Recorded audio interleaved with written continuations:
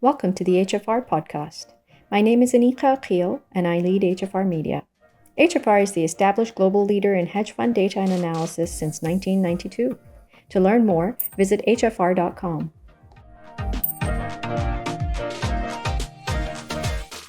Our guests today are two managing principals of Meketa Investment Group, Zack Driscoll and Ryan Lobdell. Ryan heads up marketable alternatives, and Zack's specific focus is in public markets. Meketa is an independent, employee-owned investment consulting firm serving institutional investors with global reach. Ryan, Zack, welcome to the podcast. It's great to have you here. Thank you. Thank you. So I'm going to start this off by asking you almost a preview question, which is describe who your stakeholders and clients are. Sure. So our clients range all over the spectrum. We have some of the largest public pension funds in the country, and then Taft-Hartley union-based pension funds as well. It includes endowments, foundations, some small family offices, and quite the range of assets under management for those plans, as well as the makeup of the organizations themselves. So some have a quite long history of investment staff.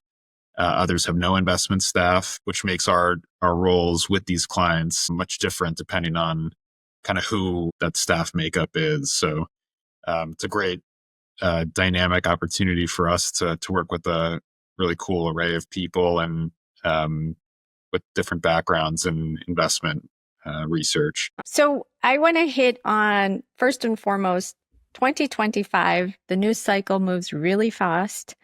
Just to give you some of the highlights, back in April, financial market order was upturned over the tariff announcements and retractions. And then since then, in no particular order, people have been watching as the established negative correlation between bond and equity markets breaks down. You have discussion about stagflation, U.S. credit being downgraded by Moody's. Fed watching almost seems to be a boring way to spend time because our attention is being grabbed by major geopolitical headlines, immigration policy, domestic political demonstrations. And really, my question to you is, how do you see this play out in its impact on the way that you process data and information and approaching long-term decision-making? Sure. I think this thing that this highlights is really the unpredictability and how difficult it is to forecast the path of markets. And so when we're thinking about that and helping investors construct robust, diversified portfolios, we really want to think about enabling the portfolio to navigate through a variety of different environments. We don't want to rely on any one single strategy or tool to provide an offset to equity drawdowns or other risks in the portfolio. So the approach that we take or that we advocate for with investors is really to allocate across multiple risk mitigating strategies to solve and protect against multiple different environments, recognizing that we don't know what tomorrow will hold or even the next hour in some cases. So we want to provide and construct portfolios that can handle a variety of different outcomes. Sure. I was looking at a report that Meketa released looking at various asset classes over the last 5 years. And your team concluded that U.S. equities and private equity in particular, those two asset classes have delivered the highest returns over the last 5 years.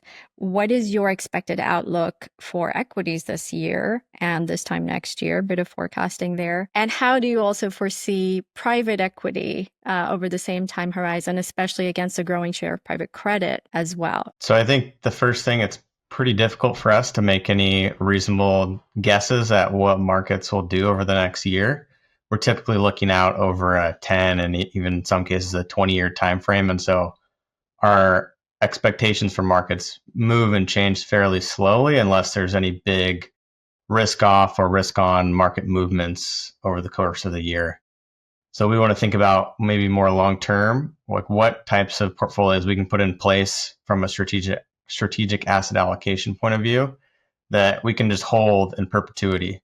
And that's really the key when we think about constructing our risk mitigating portfolios, is not only protecting against those different variety of equity outcomes or drawdowns that I mentioned earlier, but really putting a collection together that people can hold through cycles. While our research is in the public alternative space, we definitely make sure we understand investors' makeup of things like private equity and private credit that may bring less liquidity to their total portfolio. So the stuff that we research that fits, some of the criteria that Ryan just mentioned, defensively convex strategies, liquidity is a very big factor for us in how we think about whether it's has a lockup or not, whether it's gated or not, the redemption frequency, because we understand that, the uptake in private equity credit, especially over the last 5 years or so, maybe has increased the amount of illiquid assets in many institutional portfolios. So it makes it even more of a point for us to think about when we implement portfolios in the public alternative space and the hedge fund space, factoring in liquidity is a high criteria point for us. So I want to think about how the strategies that we're recommending or allocating to can be complementary to those private equity, private credit exposures. So are they a liquidity valve that can be used to fund private equity, private credit? Or if your distributions are stalled or not coming back to you as you expect in normal times, we want something else in the portfolio that hopefully is doing well, giving you meaningful positive returns that you can take off the table, rebalance to meet capital calls, to fund outflows from the system or the pension plan, or even just to rebalance into public equities or other cash needs of the system. Definitely. So one of the interesting things I've noticed in our index updates so far this year is macro as a strategy has consistently been hit hard. Year to date, the global macro index is down 3.2%. Discretionary macro, though, seems to be doing okay. And I wonder specifically in times such as these, how do you convince investors to keep allocating dollars to, macro strategies? Does it have a specific role in a well-balanced portfolio that you can speak to? I can start here. Similar to what Ryan mentioned about staying the course and being long-term investors, I think there's certain factors that, on a short-term basis may make any strategy hard to hold. Highly dispersed policy decisions across the globe or geopolitical unrest may create pockets of volatility in something like global macro.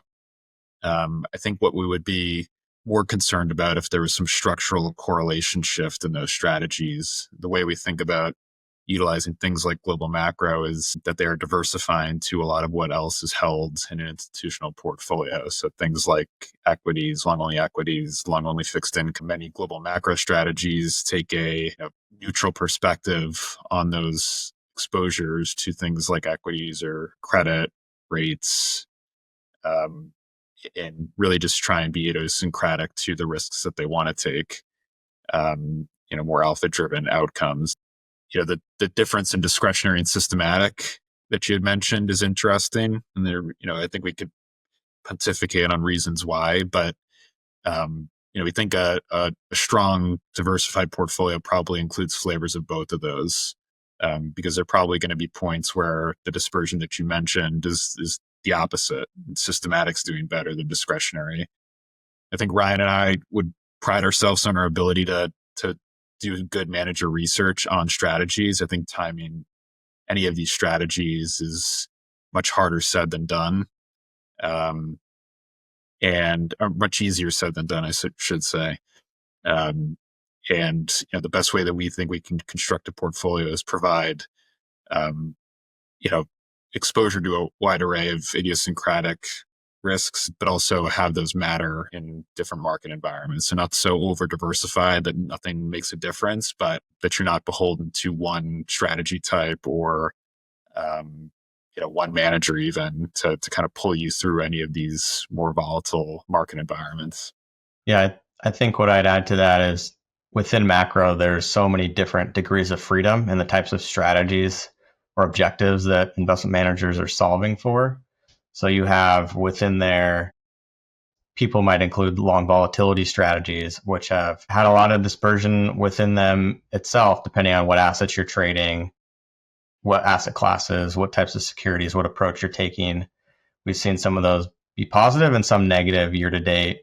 Then you have a large portion of the systematic macro component is either trend following or strategies that have meaningful allocations to trend following, which I think is the one that's done the most poorly year to date. And then beyond that, you have then the discretionary or maybe systematic fundamental type managers, which I think have done much better than the trend following strategies and those that have meaningful allocations there.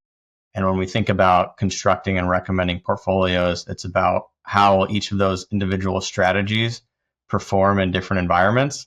So going back to the trend following example, when we're talking to investors about should you have this in your portfolio, what should we expect out of it in different environments, really pride ourselves on getting the education piece right up front and framing for clients, what is the role that this is going to play in the portfolio? When do I expect it to pay off and when do I expect it not to? For those, many people that had allocations saw significant, very high gains in 2022, anywhere from 30 to 50%, depending on what manager you selected, how many did you have, what type of gearing or volatility were you using within that portfolio. And some people were able to take those gains off the table and use those to fund all outflows from the system or use them to pay benefits or other items. So it's about going back to that, remembering, hey, when you had this in 2022, it was a really big benefit to the portfolio. The environment we're in right now is a much tougher environment for trend in the short term, but we still think longer term, this is a good strategy to have in your overall asset allocation. It has a positive expected return. It's been robust and tested through multiple different cycles, both economic cycles, inflation, deflation, stagflation, as you mentioned.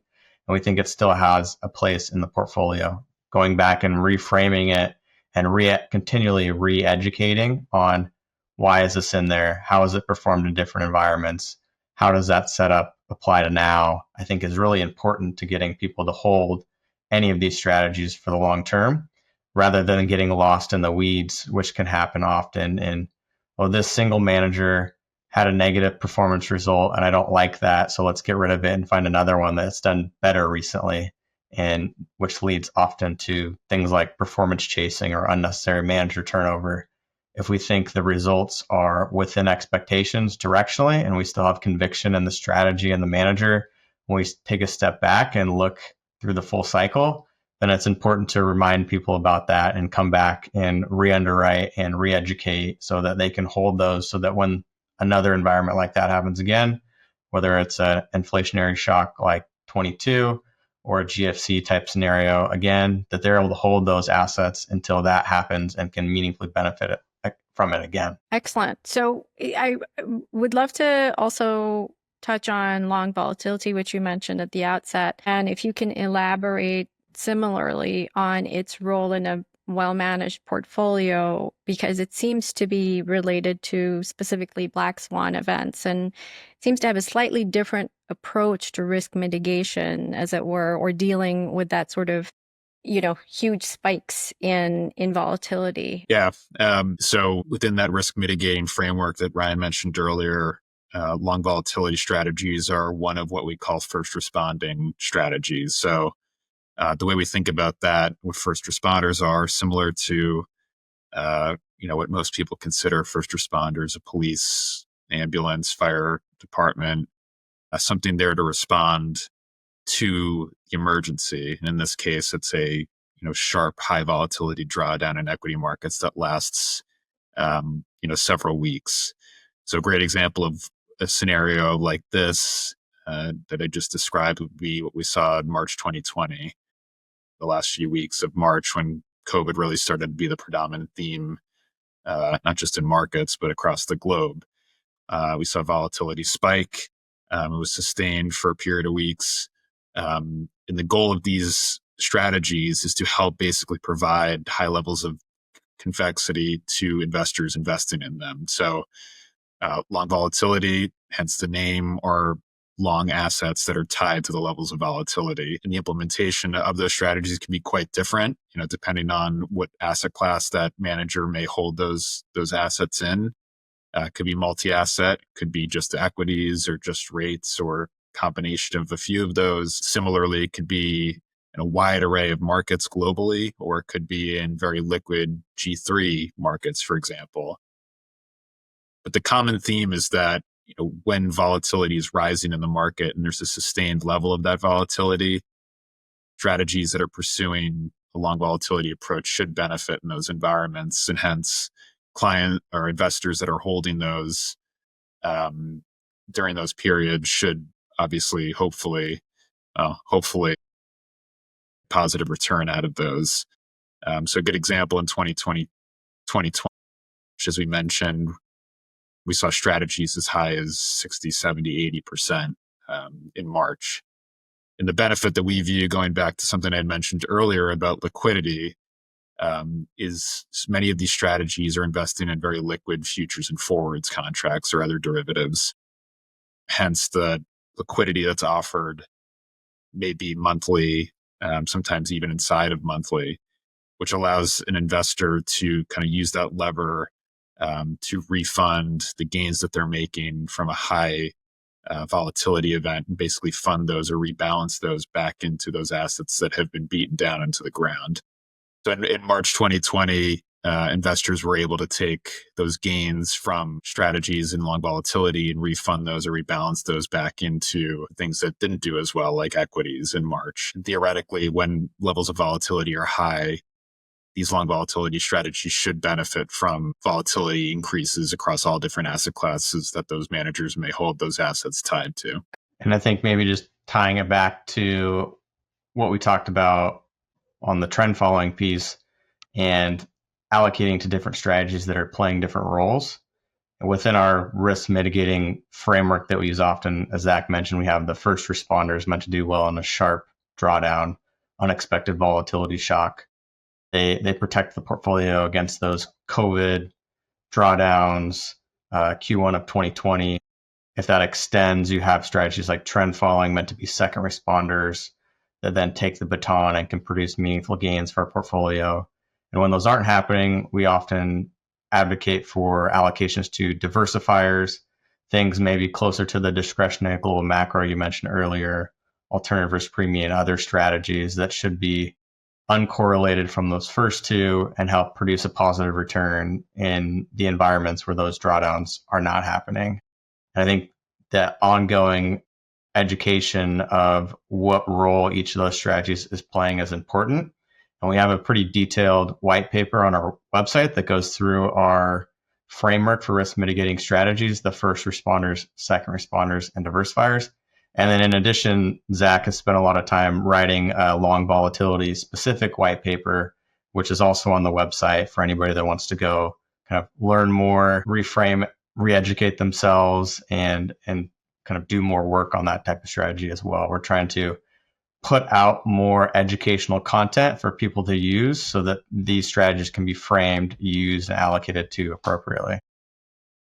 Great. So I think as my final question to you as allocators, one of your key roles is to invite proposals from research and finally to select good hedge fund managers.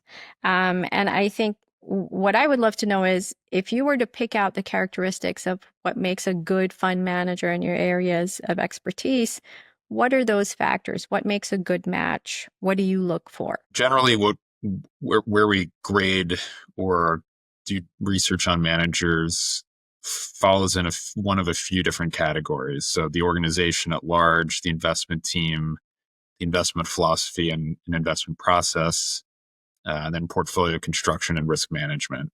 There'll be other things as well, like terms, fees, et cetera, that we'll opine on and learn more a manager's reasoning for having whatever terms they do, and obviously the performance piece as well. But where we spend most of our time, I would say, is in the first few categories that I mentioned. So organization, investment team, investment philosophy, process, and then risk management and portfolio construction. From an organization perspective, there's an incredibly wide array of how organizations in the investment management industry are set up. So some are publicly owned and traded, others are privately owned.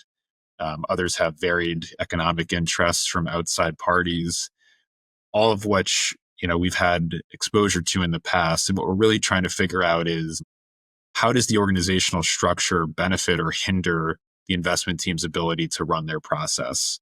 So if the investment team or the organization has autonomy to pursue what they feel is most appropriate for that strategy, that's always a good sign. But if there's history or other reasons we may feel that that autonomy could be challenged or that could change, they may currently have autonomy to make those decisions, but for whatever reason, maybe a year from now, we're worried that maybe that won't exist. Things like that may be more of a red flag for us in trying to understand why those things or how likely those things are to happen, or the decision-making process is likely to be to change in the coming periods. On the investment team side, we're looking for people that have either worked together for a long time, have good cohesion, have experience in the strategies that they're managing. And then we're looking at the structure as well. So is it a flat, a lot of analysts, maybe with the portfolio manager and a CIO, but there's good communication between all three of those levels? Or is it one person sits at the top of the investment operation, a CIO, portfolio manager, and that individual has the final decision on pretty much everything? Again, both of those things can work. But it's understanding for the teams that we're looking at, how much buy-in is there into that current operation. So a good example of something that we may be looking at when we're talking to a firm that has a strategy where a portfolio manager is the person that is kind of the final decision maker, the risk taker. We may be looking at that next level of analyst and saying, okay, who's been here a while? Who may go start their own venture? Is there anybody here that wants to kind of be a portfolio manager at some point and has no path to getting there at this current organization? That's just kind of part of any job. When you see, the people above you, and you may not think that your time is coming, but what we're trying to do is understanding if that does exist, will that cause any friction?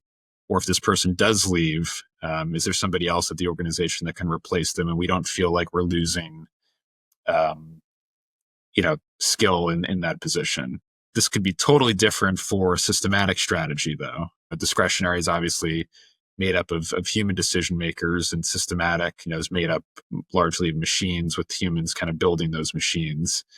In both of those scenarios, we're trying to just understand the makeup of the team, either that's inputting that technology or making those discretionary decisions, and how well those ideas flow throughout that whole team. There's good communication, good cohesion of the team, and alignment with our investors as well. Yeah, I think on that side of things, what we're really looking for is a strategy or a team that's going to stay true to what their process and philosophy is. So again, going back to maybe that trend following example, or even a long volatility too, these have very distinct return profiles across different environments. And they don't always work in every single environment. So there's periods that they won't perform well. And there can be temptations, if you're an investment manager, to pull in different strategies that offset that. For trend, maybe that's pulling in carry strategies or value or other macro-like looking things. But what ends up happening, or what can happen, is that pulling those things in could result in poor outcomes in the environments that you're really allocating to those for.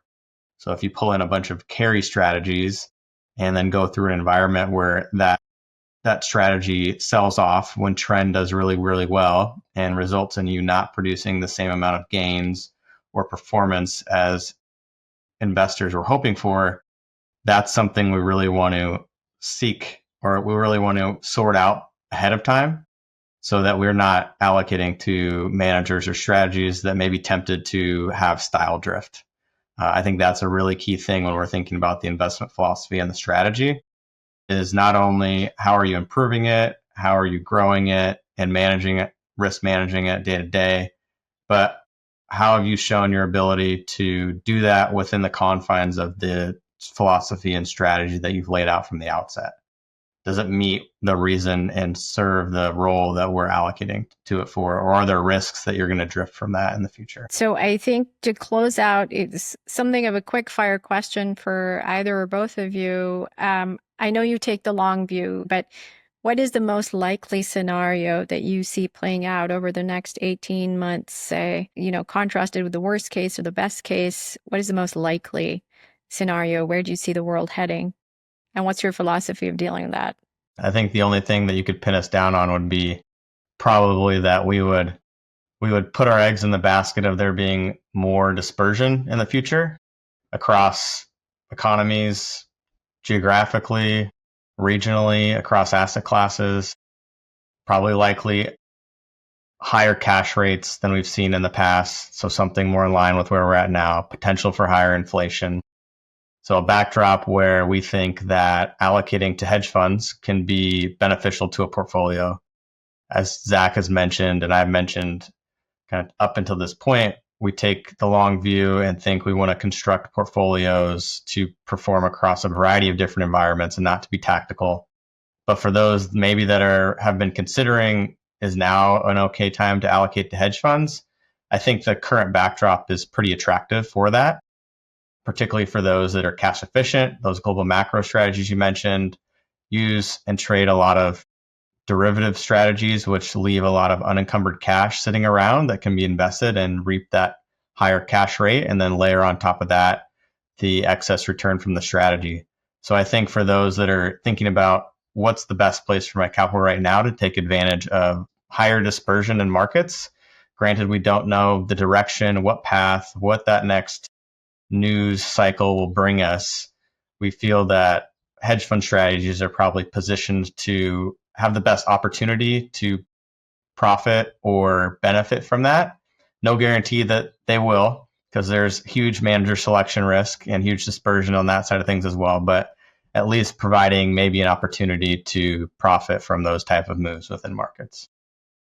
Hedge funds is such a term that really gives an investor or any practitioner really no understanding of what they're actually investing in. It's such a wide array of strategies that you could invest in, incredibly wide spectrum of beta to equities, for example, or beta to other commonly held exposures.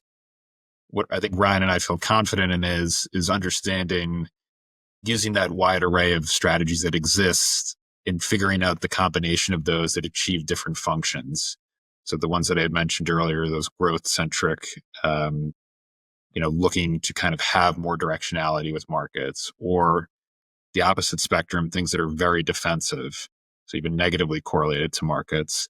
Hedge funds offers a huge spectrum of ideas and strategies to achieve different goals. And I think Ryan and I do feel confident that we understand the universe well enough to find those strategies that fit together to achieve whatever somebody is looking to achieve, whether it be very directional, very defensive, somewhere in the middle. There's a lot out there, a lot to research, and we do our best to provide that knowledge.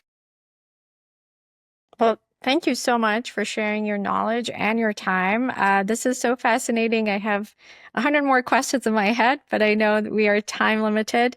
It's been a pleasure having you on the podcast, and hopefully we'll get you back again sometime in the near future. Thanks, Ryan and Zack. That's great. Thanks for having us. Thank you. Pleasure.